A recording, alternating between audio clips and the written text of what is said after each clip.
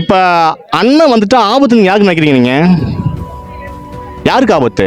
கொலை பண்ணுறவன், கொள்ளையடிக்கிறவன், திருடுறவன், லஞ்சம் வாங்குறவன், ஊழல் பண்ணுறவன், சாதியை வச்சு அரசியல் பண்ணுறவன், சாதி சமூகத்தை கெட்டு அதை வச்சு அரசியல் பண்ணி சம்பாதிக்கிறவன், ஆத்துமலை திருடுறவன், மலையை உடச்சி விற்கிறவன், காட்டை அழிக்கிறவன், ஆறு குளம் குட்டை வாய்க்காலை துத்து பட்டா போட்டு விற்கிறவன், இந்த திருட்டு பய அத்தனை பேருக்கும் அச்சம், பயம்.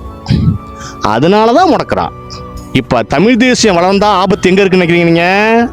திராவிடம் ப்ளஸ் ஆரியம் ரெண்டும் சேர்ந்து தான் அண்ணனை முடக்க பார்க்குது.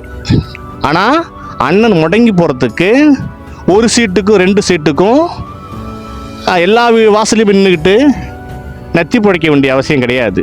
இது புலி எதுக்கும் தயங்காது, அஞ்சாது.